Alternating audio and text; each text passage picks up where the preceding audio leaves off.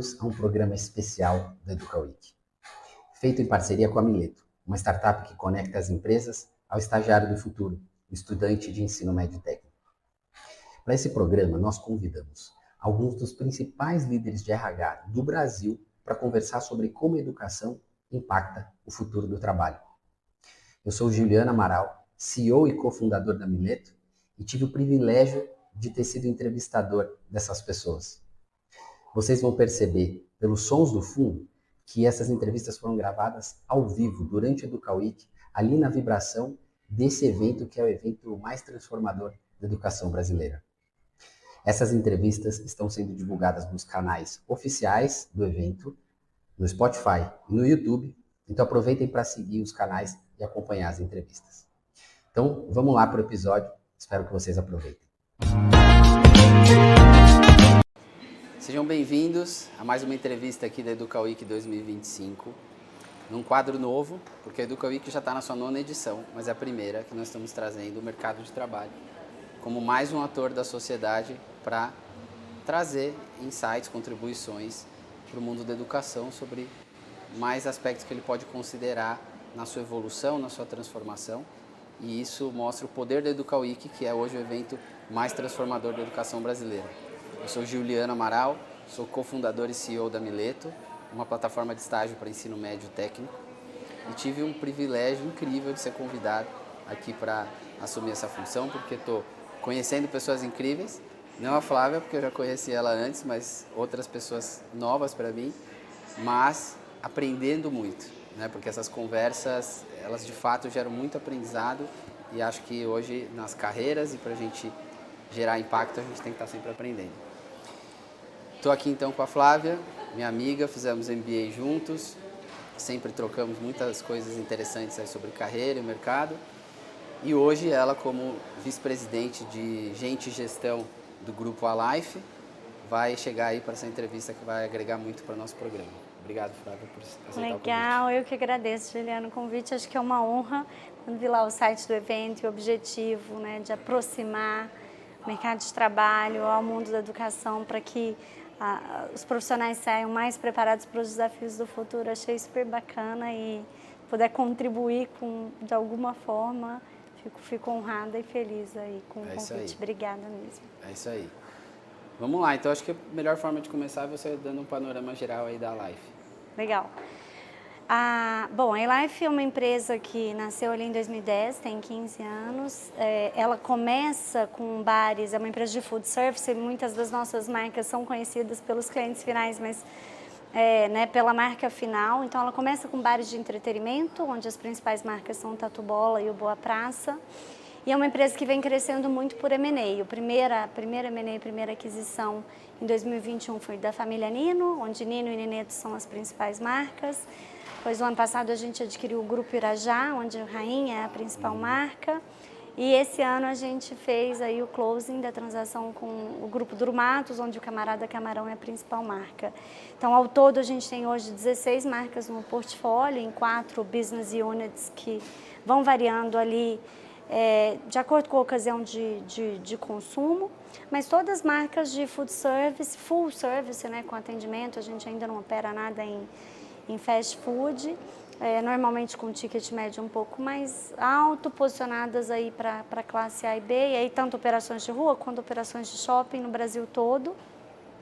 A gente fecha esse ano com mais de 100 lojas próprias, 4.000 e poucos funcionários, mais de 1 bi de faturamento, então acho que é uma empresa muito jovem, né, mas que já está entre as 10 maiores da indústria, e é uma empresa que cresce muito, né? A gente tem um CAGR aí de perto de 50%, entre 40% e 50% conforme o período. Então, assim, cada 2 anos a empresa dobra.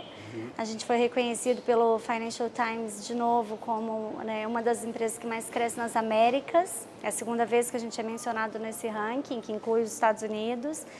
Então, a gente é a 6ª empresa do Brasil que mais cresce e a primeira do mercado de food service. Então, a empresa está num ritmo super acelerado. Eu embarquei lá tem 4 anos e já vi muita transformação acontecendo de lá para cá. E com uma ambição de seguir crescendo, consolidando o setor e muito alinhados com o nosso propósito, né, que é de oferecer o melhor momento do dia das pessoas. Acho que quando hospitalidade é um dos negócios mais antigos do mundo, né? E as pessoas vão para bares e restaurantes por diferentes motivos. Então, às vezes é para afogar as mágoas, às vezes é para celebrar um momento especial. E não importa qual seja o motivo, que a gente quer que quando, né, qualquer dos nossos clientes entrem nas nossas casas, que eles tenham o melhor momento do dia deles. E é um pouco isso que a gente tenta transmitir ali também junto com o nosso time, né? Muito bom. Isso, e com certeza vai enriquecer muito o debate, porque aqui a gente conseguiu trazer lideranças de RH de empresas de tecnologia, de mercado financeiro, farmacêuticas e agora food service também, então que vai abrangendo muitas das possíveis carreiras que os jovens podem seguir. Então vai ser legal a gente poder ouvir histórias também desse setor. Bom. Então já conecta então pra gente como você chegou nessa função hoje e dando um tempero com a parte de educação aí da sua história, já que a gente está no evento de educação. Legal. Bom, eu sou mineira de Uberlândia, comecei minha educação ali, educação infantil em escola católica, depois estudei uma boa parte do meu período escolar, incluindo ensino médio na educação pública, numa escola estadual em Uberlândia. Depois fiz Universidade Federal, na Federal de Uberlândia, administração. Aí mais tarde vim fazer o MBA no IESE, e aí já bem mais tarde, assim, depois que já tinha rodado também no mercado de trabalho. Comecei a trabalhar desde muito cedo, meus pais eram empreendedores, tanto pai quanto mãe, então trabalhei com meu pai na construtora dele, trabalhei com a minha mãe no varejo dela. E depois, desde o início da faculdade, também comecei estágio muito cedo, né? A gente, acho que na provocação que você faz como o mercado de trabalho pode ajudar na formação, acho que quanto antes a gente antecipa também essa vivência prática, melhor o aprendizado. Então, estagiei desde muito cedo na faculdade. E os meus primeiros 5 anos foram em mercado financeiro, banco, 2 anos de estágio, depois me efetivando e ali fui até gerência. E depois decidi, já sendo gerente, fazer um processo de trainee na consultoria, que foi um passo para trás, porque entendia que, até do ponto de vista salarial ia ter um downgrade ali, mas como perspectiva de carreira e aprendizado, que a consultoria seria mais interessante. Então, fiz um trainee na Falcone, que era, né, na consultoria, a principal porta de entrada e um programa ali bastante estruturado, a gente pode explorar isso depois. Mas comecei como trainee e lá eu fiquei por 15 anos, e aí acho que a consultoria é uma carreira muito interessante porque você faz várias carreiras em uma, né? Então tive oportunidade de passar em diferentes abordagens de gestão, desde estratégia, processos, projetos, né, desdobramento de metas, diferentes indústrias, então você tem a oportunidade de conhecer também indústrias diferentes, e aí atendi clientes de varejo, mercado financeiro, indústria mesmo, mineração, naveguei bastante. E também em diferentes países, né? Fiz projetos no Brasil, rodei bastante o país todo, Sul, Rio, São Paulo, os principais projetos, Estados Unidos, China. Então foi uma carreira super, super bacana, numa empresa também que era uma escola, né? É uma escola, acho que a gente aprendi muito lá. No final da minha jornada na Falcone, eu intraempreendi e fundei lá a MID, que é uma unidade de negócios para levar o conhecimento de gestão para médias empresas. A gente tinha uma entrada muito baixa em empresas que faturavam menos de 300 milhões de reais ano. E são empresas que normalmente têm a maior carência em gestão e conhecimento. Empreendedores que, via de regra, navegam sozinhos ali com pouca oportunidade de troca, porque muitas vezes não tem ainda um conselho estruturado e uma governança mais estruturada, mas que a consultoria tradicional não cabe no bolso. Então a MID vem para resolver esse problema, uma consultoria híbrida, com uma squad que tinha gente do cliente, né, trabalhando junto com consultores e com tecnologia como uma forma de viabilizar. E ali eu levei, assim, do pitch para o conselho, a concepção do modelo de negócio, o go-to-market, é o primeiro ano de vida. Então, meus 2 últimos anos na Falcone foi envolvida nesse projeto que eu tenho muito carinho. E aí tem 4 anos que eu vim, né, para a eLife. Nos 2 primeiros anos eu estava numa cadeira de Value Creation, olhando também para outras investidas, então no conselho de administração, mas sem uma função executiva no grupo. E aí nos 2 últimos anos pulei para dentro da estrutura como VP de Gente e Gestão. E aí meu escopo em gestão, desde estratégia, M&A, que, né, é super intenso no grupo, as integrações, metas e etc. E dentro de gente, todo o desafio que eu acho que a gente vai aprofundar muito ao longo da conversa, mas passando por recrutamento e seleção, um super desafio hoje, ainda mais, né, assim, fechar vagas e conseguir compor o quadro. Eu acho que não só na nossa indústria, mas em várias indústrias está um ambiente bem desafiador, especialmente no nosso setor, que a gente tem um turnover muito elevado.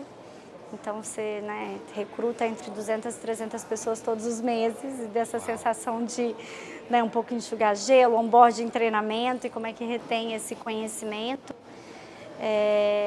Então, acho que recrutamento e desenvolvimento ali são os desafios mais relevantes dentro da cadeira de gente. Tá bom. Nossa, bastante. Acho que você teve muita vivência e vai dar para fazer um paralelo legal, porque você esteve em indústrias bem diferentes. Então, acho que a ponte entre educação e trabalho é os programas de entrada. Então, se você puder contar um pouco, e até como a gente falou antes, fazendo paralelo, acho que entre a consultoria e o setor de food service, o que é feito para atrair talentos, que tipos de programa, como funciona? Na consultoria, aqui, a bagagem temporal aqui um pouco mais relevante, a principal porta de entrada era, sem dúvida, o programa de trainee. A gente tinha também programas de estágio, que também era relevante, com boas taxas de efetivação, mas estágio já em graduação. Eu estou experimentando agora com o ensino médio, né, com a Mileto, mais na eLife. Mas ali para a gente uma porta de entrada sempre foi o programa de trainee. E aí a gente, assim, desde ter a marca empregadora, para que também já fosse um desejo dos jovens de prestar os nossos programas e ser ali, né, uma das escolhas dos jovens talentos. E depois como é que a gente também peneirava isso durante as várias etapas do processo. E eu mesmo que como área de negócio, a gente sempre estava muito junto com a área de RH para trazer esse olhar e participar, né, desde as apresentações dos cases até as entrevistas dos candidatos, as bancas finais. Então, essa era a grande porta que a gente buscava ali. E aí eu acho que isso vai mudando muito, eu vim para cá refletindo, né, sobre o que você busca, e a resposta é totalmente diferente conforme a indústria. Acho que tem uma parte que é comum, que é a aderência de valores, então como que aquele candidato conecta com os valores da sua empresa, e acho que isso não muda nunca, né, para dar certo precisa primeiro ter match nisso. E aí depois, uma parte mais de competências técnicas e hard skills, eu acho que ela vai variando muito de setor para setor. Então, na consultoria, embora você está pegando ali gente jovem, uma mão de obra, né, de trainee, que você sabe que você vai formar, mas tem competências técnicas que é muito importante você avaliar o potencial, né, então desde raciocínio lógico, habilidade com ferramentas, Excel, né, BI e outras ferramentas, para que tem um terreno fértil para a gente formar. Então, esse potencial era super importante de ser checado antes. E aí, quando a gente vai para o food service, as competências, né, e o que a gente busca, e até a natureza do trabalho é completamente diferente da consultoria, onde você pega um jovem ali talentoso e vai formando ele nas suas abordagens e vai desenvolvendo. Na eLife o desafio é diferente, né? Então a gente tem as operações, com todo o time, força de trabalho que roda a operação, que é onde a gente tem a maior quantidade de funcionários, então, né, dos 4.200 funcionários, 4.000 estão nas lojas, nos bares e restaurantes, e 200 só fazendo as atividades de apoio à operação, né, sejam elas de RH, passando por recrutamento e seleção, desenvolvimento humano, financeiro, contas a pagar, contas a receber, enfim, compras, né, toda a parte de logística e etc. Então, quando a gente fala desse tipo de mão de obra, eu vou para alguns canais de atração de talentos e competências também específicas para as funções, mas para aquilo que é não só mais numeroso, mas também mais trabalhoso para a gente, que é recrutar e formar o time que está nas lojas, e aí a gente está falando, né, de garçons, comins, cozinheiros, chefes de cozinha, maîtres, para marcas e experiências finais dos clientes diferentes, mas uma mão de obra com um nível educacional de formação mais baixo, e também os canais de acesso para a gente chegar nessa mão de obra são distintos, né? Às vezes não tem um letramento digital, eu não posso usar tantas ferramentas de atração online, a gente tem que ir muito para o corpo a corpo, um footprint hoje bem nacional, então a gente está com loja no país inteiro. Então, de fazer mesmo processos, mutirões nas lojas, de procurar, né, as associações também dentro de cada uma das cidades para chegar nos candidatos, de estar nos grupos de WhatsApp que a gente possa encontrá-los e aí atrair. Então, a gente tem aqui no mundo e nessa indústria do food service, não tanto processos estruturados, como eu tinha um programa de treino lá na Falcone, mas muito por aquilo que realmente conecta com esse tipo de mão de obra e onde você pode encontrar e trazer para a mesa, trazer para a companhia. Eu acho que tem uma coisa interessante aí que você pode contar pra gente, porque como vocês são um grupo grande, ele cria mais espaços para que as pessoas cresçam, né? Então, eu vou dar um exemplo simples de um restaurante isolado, o espaço de crescimento é nenhum, praticamente. Sim. Mas um grupo de restaurantes, os espaços são maiores.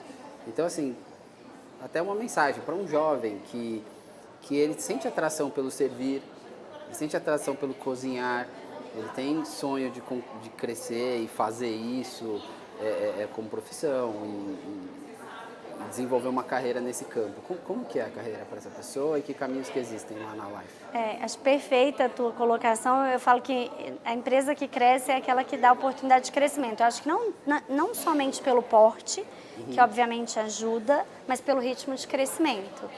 Então, a gente tem assim uma aceleração de carreira muito relevante. A gente tem até feito um quadro, né? A gente tem uma live que aí a gente conecta 100 lojas e os 4.000 funcionários do país todo. Pelo menos a cada 15 dias a gente faz uma live com o time e a gente criou um quadro para contar essas histórias que inspiram e de pessoas que tiveram crescimento de carreira e desenvolvimento de carreira muito rápidos mesmo com a gente. Desde gente que, né, começou ali como cumim, é gerente, a gente está agora implantando um programa de sócio operador e um desses, né, profissionais que foi selecionado também começou com a gente relativamente há pouco tempo, numa função de gerente, já está virando um sócio operador. E isso é o que a gente quer, sabe? Pessoas que venham buscar mais do que um trabalho, um lugar para fazer carreira e para crescer junto.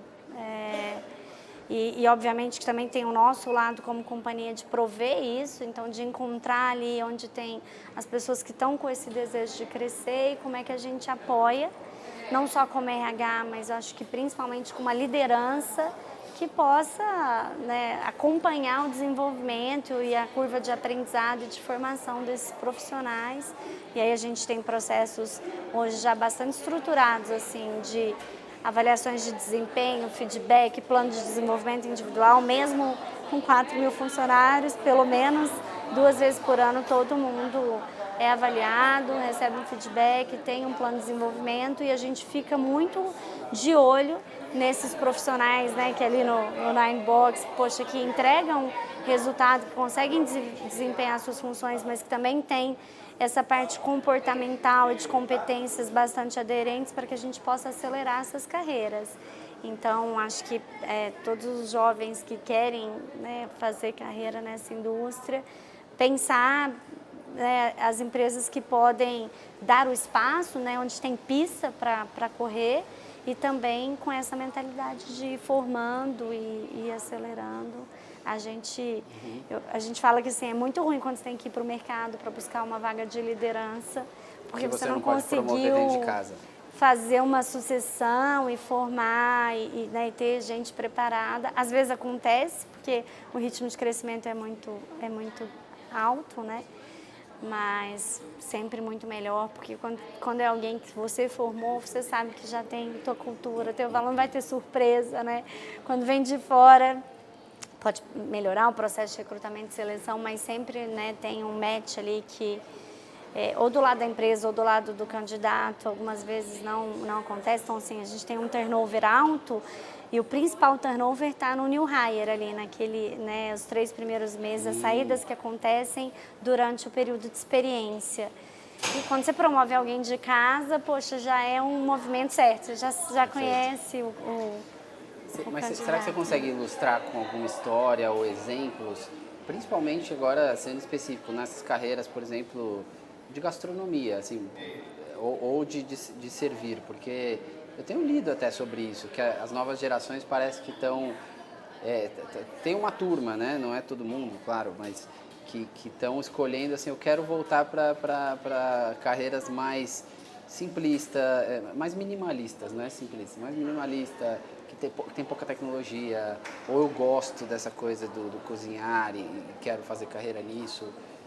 Então, você tem histórias para dar uma ideia de como, de repente, alguém, um jovem agora que está na escola, que fala, puxa, eu gostaria muito de fazer uma carreira em gastronomia, eu quero estudar isso. Sim. Como que, de repente, e mesmo que não seja um caminho estruturado, você pode contar uma história de alguém que conseguiu trilhar o crescimento. Sim. O que vocês veem lá na hora? Um dos quadros que a gente fez dessas histórias que inspiram é com hoje uma chefe de cozinha e uma mulher que, infelizmente, ainda é raro a gente ver nas cozinhas, né? O que é contraintuitivo, porque quando a gente vai para as nossas casas e para as nossas famílias, as mulheres dominam as cozinhas, mas quando a gente vai para o mercado de trabalho profissional, elas ainda são a minoria, ainda é um ambiente bem machista. Mas a gente fez um quadro com uma chefe de cozinha que começou também com a gente há alguns anos atrás como ajudante e foi recebendo esses desafios de ir caminhando em todos os passos dessa carreira, né? Desde ajudante de cozinha, cozinheiro, subchefe, e hoje ela lidera uma das nossas cozinhas no Boa Praça Morumbi, e faz isso muito bem. Então, assim, acho que tem muitas histórias práticas. Agora, como dica, e aí eu acho que não vale só para quem está na cozinha ou para quem está também no salão. Primeiro que eu acho que procurar aquilo que você gosta de fazer, né? É muito mais fácil a gente ter sucesso quando a gente faz qualquer tarefa que seja com paixão. Então, por exemplo, na jornada da cozinha, a gente sabe que é um trabalho que tem os seus desafios, né? Às vezes, seja na jornada de trabalho, seja no ambiente, não sei quanto que você já teve a oportunidade de estar dentro de cozinhas profissionais, né? Então, muitas vezes, o chefe ali cantando os pratos, um ritmo de saída e de pressão mesmo, né? Olha, tem que sair tantos pratos e as pessoas que fazem aquilo com paixão vão fazer muito bem. E no salão, que é um outro ambiente também, assim, a gente tem como um valor a hospitalidade, né? Que é essa questão do servir, que é muito mais sobre como a gente faz as pessoas se sentirem do que a técnica do serviço, porque a técnica do serviço ela é relativamente simples de ser ensinada, mas o que aquela pessoa genuinamente tem de hospitalidade dentro dela, né? De preocupar em te receber, em te acolher, em garantir que você está bem, que eu estou atendendo, né, os pedidos que você verbalizou, eventualmente até os desejos que não necessariamente você verbalizou, mas que a gente consiga antecipar. E eu acho que isso está, assim, muito dentro do que a gente é, né? Minha avó acho que a maior parte dos mineiros, a minha avó vai querer convidar o carteiro para tomar um café, sabe?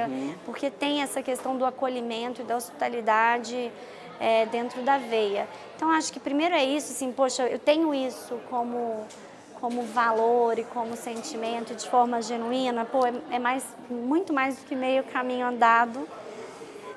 E depois, eu acho que uma vez entrando na área de preferência, seja cozinha, seja salão ou qualquer outra área, eu acho que o que muda para as pessoas que crescem rápido e conseguem trilhar essa carreira é essa vontade de fazer bem e de aprender todo dia.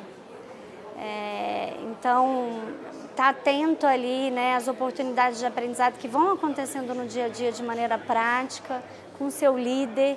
Poxa, como é que ele faz? Estou de olho, estou aprendendo, estou fazendo aqui, estou pedindo feedback, né? E eu acho que isso é uma responsabilidade, não sei se eu vou me alongar aqui, mas eu acho importante, assim, eu acho que isso é uma responsabilidade muito grande de todas as lideranças e de todos nós, assim, de garantir que todo mundo está aprendendo um pouco todo dia, né? O Maslow tem um conceito de potencial mental, né? Que fala, poxa, as pessoas aprendem um pouco por dia e não mais que isso. Acho que aqui para vocês no ambiente de educação isso é super claro, né? E a gente costumava falar lá na Falcone, pô, isso é tão verdade que ninguém ainda aprendeu a fazer um curso de engenharia em um dia. Se aprender, fica melhorado. Não, leva 4, 5 anos, porque as pessoas têm uma capacidade de aprendizado todo dia. E um dia perdido é um dia que você não recupera. Então, eu acho que isso vale com as nossas crianças, também no meu papel de mãe. Eu acho que cabe muito no contexto das escolas, mas cabe muito no contexto das empresas e a gente como liderança. Será que o meu time está aprendendo um pouco todo dia? E aí eu acho que tem os dois lados. O líder que está tentando formar e desenvolver e puxar esse potencial das pessoas e cada um também como, né, o agente ali da sua carreira, protagonista. Estou buscando aprendizado todo dia. E aí, se você tem essa vontade de aprender e a cabeça certa, eu acho que o ritmo de carreira você que dita. Perfeito, perfeito. Olha, você está falando de educação estando no contexto de mercado de trabalho, porque eu acho que essa é uma pílula de sabedoria para a educação, assim, essa não ansiedade. Acho que foi até um tema de algumas outras entrevistas aqui do estar no presente, porque a gente não consegue aprender o de amanhã nem compensar o de ontem. Sim. Né? O que a gente tem que garantir é cumprir o do dia. Sim. E se as organizações, seja de trabalho ou instituições de educação, tiverem um norte mais do que uma expectativa constante por resultado, a gente garante que o processo está acontecendo. E posso fazer um parênteses, Juliana? Porque eu falei muito do líder, né? E talvez falei pouco do RH ou das áreas né? A gente tem as áreas lá de desenvolvimento humano e a universidade corporativa, que também tem um papel nisso. Mas eu sempre puxo mais para a figura do líder. A gente, na eLife, tem uma universidade corporativa e aí a gente tem uma série de capacitações que desde, né, conteúdos online, assíncronos, mas também conteúdos online síncronos e capacitações práticas nas lojas, onde a gente traz os experts de cada área, né, que tem o conhecimento técnico, quem é o nosso melhor cara de serviço e de salão, quem é o nosso melhor cara de cozinha. Então a gente tem para cada business unit um expert em cada setor e eles vão rodando as lojas para fazer essas capacitações. E eu acho que sim, o RH tem um papel importante na formação, mas acho que ele ainda é muito pequeno perto do papel do líder. Justamente por entender que esse aprendizado não vai acontecer só num dia de treinamento. Ele vai acontecer no dia a dia, ele vai acontecer com feedback contínuo. Então, a liderança que está ali atenta à tarefa que está sendo feita e com esse olhar de desenvolvimento, de falar, poxa, isso que você fez foi bacana, ó, isso aqui que você fez, vamos melhorar um pouquinho. E aí, né, a gente sabe que o adulto aprende muito mais da prática do que, né, na teoria, em sala de aula. Então, eu acho que o líder, sendo a pessoa responsável pelo desenvolvimento dos times, que está ali todos os dias, pode fazer muito mais do que o RH, né, no desenvolvimento. E agora eu quero resgatar um ponto que você falou um pouquinho antes, que foi essa coisa inerente na pessoa do gosto por servir e que vai fazer toda a diferença lá na frente. Isso é uma coisa que vocês avaliam no processo seletivo quando vai trazer alguém para essa função? A gente avalia e agora a gente tem dado cada vez mais peso nisso, porque a gente vê assim que faz muita diferença e às vezes, e se você traz e a pessoa não tem isso de maneira natural, é difícil desenvolver, que é o que eu te falei, assim, a gente separa, né, o que é hospitalidade de técnica. Técnica de serviço, passo a passo, o que tem que ser feito, zero problema, a gente ensina. Tem lá os playbooks, tem lá os experts, tem lá a liderança que pode, né, fazer essa supervisão e ordenando. Mas se a pessoa não tem esse olhar para o outro, e começa com empatia mesmo, né? De acolhimento, de garantir que você está bem acomodado, né? E de voltar e checar. Então, isso é que torna as experiências memoráveis. Como a gente foi capaz de fazer você se sentir. A hospitalidade é sobre isso. E a gente avalia, enfim, tenta trazer ali, né, seja nas entrevistas ou em testes práticos que a gente faz também, quais são as histórias, né, e como é que a gente pode mapear isso desde como que as pessoas tomam essas decisões, né? Então, um exemplo bobo, né? Você te perguntar qual o melhor presente que você deu para alguém na sua vida. Você fala, foi uma Ferrari? Bom, uma Ferrari é um presente bom para todo mundo, mas quando você fala, não, cara, foi uma coisa pensada para o Juliano, porque eu sei que ele gosta disso, né? Então você vê que a pessoa ali tem esse cuidado em tentar antecipar necessidades e fazer coisas que são muito customizadas por desejo das pessoas. Ela tem esse olhar para o outro mais aflorado. É importante mapear isso. Isso reforça a temática da autoconsciência, né? Porque eu acho que isso é uma das coisas que, não vou entrar no mérito se desenvolve ou não, mas que é da pessoa. Acho que tem aquela pessoa que ela tem isso, né? Ela gosta disso e se ela descobre isso nela e sente atração por fazer isso profissionalmente, é uma grande vantagem para ela de ela ter sucesso nessa área. E vai fazer de forma muito natural. Eu me lembro uma vez na consultoria, só fazendo um paralelo para uma outra competência. Tinha um consultor jovem, agora não me lembro se era trainee naquela época ou se já estava sendo efetivado, mas estava no início da carreira.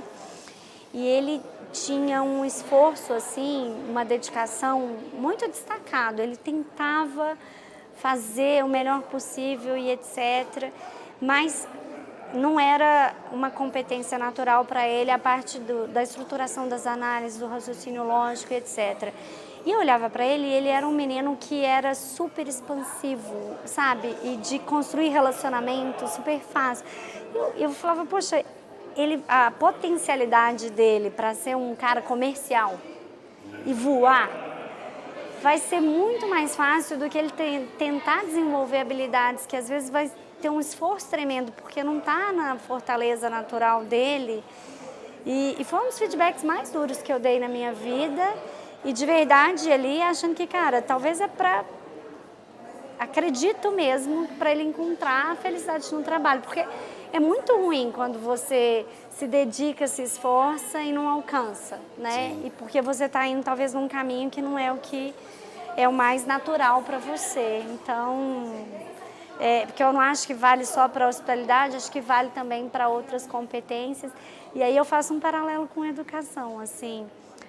Uma das coisas, e aí falando como mãe, né? Porque eu não tenho experiência com educação, mas como mãe.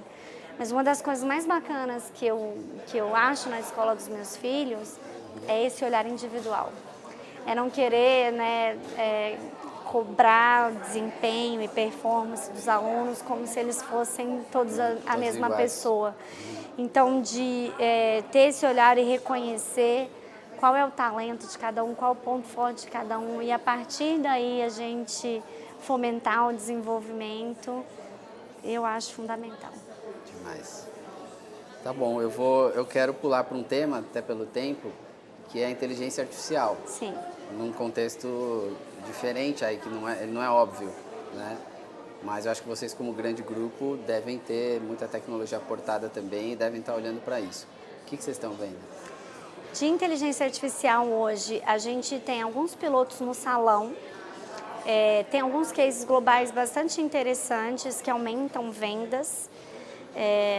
Né, tem uns cases que são com acompanhamento de voz na lapela para entender tom de voz, satisfação do cliente, ofertas, né, e vendas feitas pelo time de vendas. O que a gente está pilotando, ele tem câmeras no salão e aí ele identifica, por exemplo, o cliente da mesa X está com um copo vazio, então ele dá um push por áudio para o garçom para que ele possa oferecer. Então, a gente viu os pilotos dessa empresa no México, o resultado foi um aumento de 8% da venda de bebidas. Para a gente, especialmente nas marcas de bares, é bem relevante. Então, estamos testando, mas ainda estágio inicial. E a gente está rodando também uma parte de AI para reservas. E aqui a gente vê outras 3 situações de uso.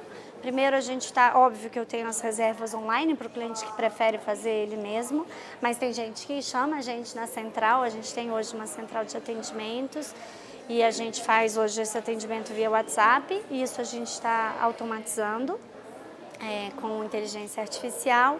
E na sequência a gente quer ir para as partes de eventos. Eu tenho hoje uma área de eventos que tem uma etapa ali de SDR, não sei se é um termo técnico, mas é um cara que faz uma pré-qualificação de uma venda de eventos e que depois vai para um closer que vende mesmo um evento. O evento é um canal de vendas para a gente bastante importante, especialmente agora, fim de ano, né, que as empresas querem fazer seus eventos de fim de ano, seus happy hours, suas celebrações e etc. E a gente acha que dá também para avançar com AI nesses fluxos de eventos. E depois, assim, eu acho que tem várias áreas da companhia que a gente vai conseguir entrar. O próprio processo de admissão, né? Então, hoje, essa subida de documentos, a gente vê várias empresas de inteligência artificial facilitando esse processo de admissão, ainda que seja com inteligência artificial no WhatsApp, porque para o nosso público-alvo é uma ferramenta mais fácil ali de atender. E na área de BI, que é uma outra área que eu toco também, a gente está desenvolvendo os agentes para que a gente possa dar as respostas de negócio para os nossos executivos de maneira mais rápida, né? Então, você perguntar qual o faturamento da região da Paulista na terça-feira à noite, e ele vai te dar uma resposta sem necessariamente você ter que abrir o BI, fazer os filtros e tudo isso. Então, eu vejo assim, acho que na nossa indústria talvez ainda poucas aplicações, situações de uso, mas acho que vai ser super, super importante para todas as indústrias e é só uma questão de tempo. E esse desafio, assim, pensando em quem desenvolve, quem usa, também de análise crítica e no curso de transformação digital que eu estou fazendo lá no IES, muitas das discussões até que ponto você vai delegar para AI, né? Então, tem cases lá que a gente viu de empresas que estão deixando que a própria AI tome decisões de promoções e desligamentos. Olha só. E aí eu acho que talvez já entre numa linha de, né, como é que a gente precisa do fator humano para entender pessoas diferentes, com contextos diferentes, com realidades diferentes. Então, acho que essa linha e essa capacidade de crítica, de ver até onde a gente pode deixar com a IA e onde que precisa entrar a nossa função de liderança e os fatores humanos para uma tomada de decisão mais correta, eu acho que são coisas que a gente vai enfrentar daqui para frente. Demais, demais. Vamos para o nosso, estamos indo para o final da entrevista. Entrar nessa parte que fecha super bem, que é agora conectando de uma forma mais pessoal com a educação. Primeiro, se você puder contar a história de um jovem talento que você lembra e que na época te brilhava os olhos ver ele na equipe. Sim, eu fiquei pensando por que me chamou a atenção.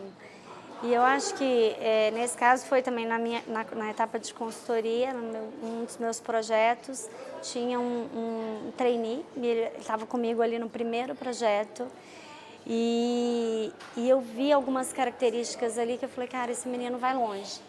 E aí, quando você compartilhou a pergunta, eu fiquei pensando, pô, o que ele tinha de diferente, né? E tinha um aspecto que era de presença, ele tá, às vezes, ainda mais hoje, né? Eu tô aqui, o relógio não para de apitar, eu devia ter tirado antes, mas hoje com tanta coisa que vai chamando a atenção da gente, muitas vezes as pessoas não estão 100% presentes, né? Então estão com o celular, estão vendo o WhatsApp, estão pensando em outra coisa, estão aqui numa reunião, mas com o laptop ligado, fazendo alguma outra coisa. E eu acho que é o que a gente falou, né? Você não segurar essa ansiedade, não está nem no passado nem no futuro, mas ele tinha uma presença muito diferenciada. Então, ele estava em todo momento de interação, 100% atento para o que estava acontecendo ali e com vontade de aprender. Então, acho que essas eram duas características que eu vi que eu falei, pô, esse menino vai voar e de fato está voando. Está ainda lá na Falcone. E todos os outros líderes que trabalharam com ele depois, né, com feedbacks super positivos, e eu acho que principalmente por essas duas características, na minha visão, que diferenciava mais. Muito legal. Acho que a mensagem já está clara, não precisa nem reforço, mas acho que são coisas importantes se o contexto educacional puder favorecer que as pessoas desenvolvam isso, vai estar ajudando para a vida toda. E Flávio, se encontrasse você aos 14 anos, hoje, ali fechando o ciclo fundamental da escola, começando a olhar para o mundo, o que você diria? Olha, eu acho que eu daria uma dica do que manter e do que talvez não repetir. Eu não sei também se dá para antecipar aprendizado, né? Porque tem coisas que você precisa viver para aprender. Mas eu acho que o que manter é um aspecto de garra e de dedicação mesmo, que eu acho que, no meu caso, veio do esporte e acho que me ajudou muito. Então, acho que isso vale a pena manter na bagagem e levar. Mas, por outro lado, eu tentaria antecipar alguns aprendizados relacionados a equilíbrio, né? Que aí eu não sei assim, se com 14 anos uma dica seria relevante ou não. Então eu estou terminamos agora, tem uns 15 dias, o Ética e Literatura.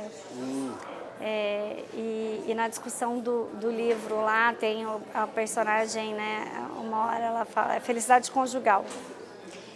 O livro. E aí a personagem fala para o marido, poxa, mas se você sabia que isso ia acontecer, por que você não me disse? E ele fala, olha, não adiantava falar, você tinha que viver. Então, eu acho que eu teria dado essa dica de buscar mais equilíbrio. Acho que em muitos momentos da minha vida eu tive que passar por situações um pouco mais dolorosas para equilibrar carreira e vida pessoal, né? Tempo no trabalho e tempo com meus filhos. E eu tentaria falar, olha, vai devagar e eu acho que não é que tem um balanço perfeito. Óbvio que tem fases na vida que você vai estar mais dedicado no trabalho e menos né, nas suas relações pessoais e outras que isso vai equilibrar um pouco melhor. Mas eu acho que eu tentaria falar, cara, qual é o ponto que você não deve abrir mão, né, de tempo de qualidade, de convivência. Se tiver que cair algum pratinho, qual um pratinho que você não vai deixar cair de jeito nenhum. Acho que é uma coisa que eu queria ter escutado com 14 anos, embora não sei se só fosse vir com os cabelos brancos mesmo. Muito bom. E tem um professor ou professora que deixou uma marca que você carrega até hoje? Eu vou sair do script aqui, porque a gente está na educação, mas eu acho que marcas que eu carrego, eu vou fazer uma menção ao meu sensei. Olha só. Fui karateca, né? E treinei muito minha vida toda, competi muito. E eu acho que do esporte veio aprendizados ali com o sensei, o Rui, que foram muito marcantes na minha vida. E um principal, assim, era essa busca de excelência. E ele falava, Flavinha, se eu fosse garçom... E é engraçado que ele usava esse exemplo, hein? Não é porque eu estou no food service, não. Ele falava, se eu fosse garçom, eu vou ser o melhor garçom que você viu na sua vida. E aí, e o esporte é isso, né? É sobre praticar e buscar a perfeição. Óbvio que somos humanos, a gente nunca vai ser perfeito. Mas se tudo que você faz, você buscar fazer muito bem feito, eu acho que isso é um ponto super importante, né? Faça bem feito ou não faça. Se você vai fazer, faça o seu melhor. Né? Só de você buscar essa perfeição já vai garantir que você está entregando coisas com qualidade e vai buscar fazer melhor da próxima vez. Então, acho que essa busca pela excelência, que vem pela dedicação, pela prática, pela busca de conhecimento e aprendizado, eu acho que foi o que eu aprendi e que me ajuda mais hoje em dia e veio do esporte. Muito bom, muito bom. Muito autoral. E a educação também, a educação do esporte. Muito bom. Gente, obrigado por acompanhar essa entrevista, Flá, obrigado. Obrigada a você, Juliana. Muito legal. E continue acompanhando os canais do Educa Week. Obrigado a todos. Obrigada.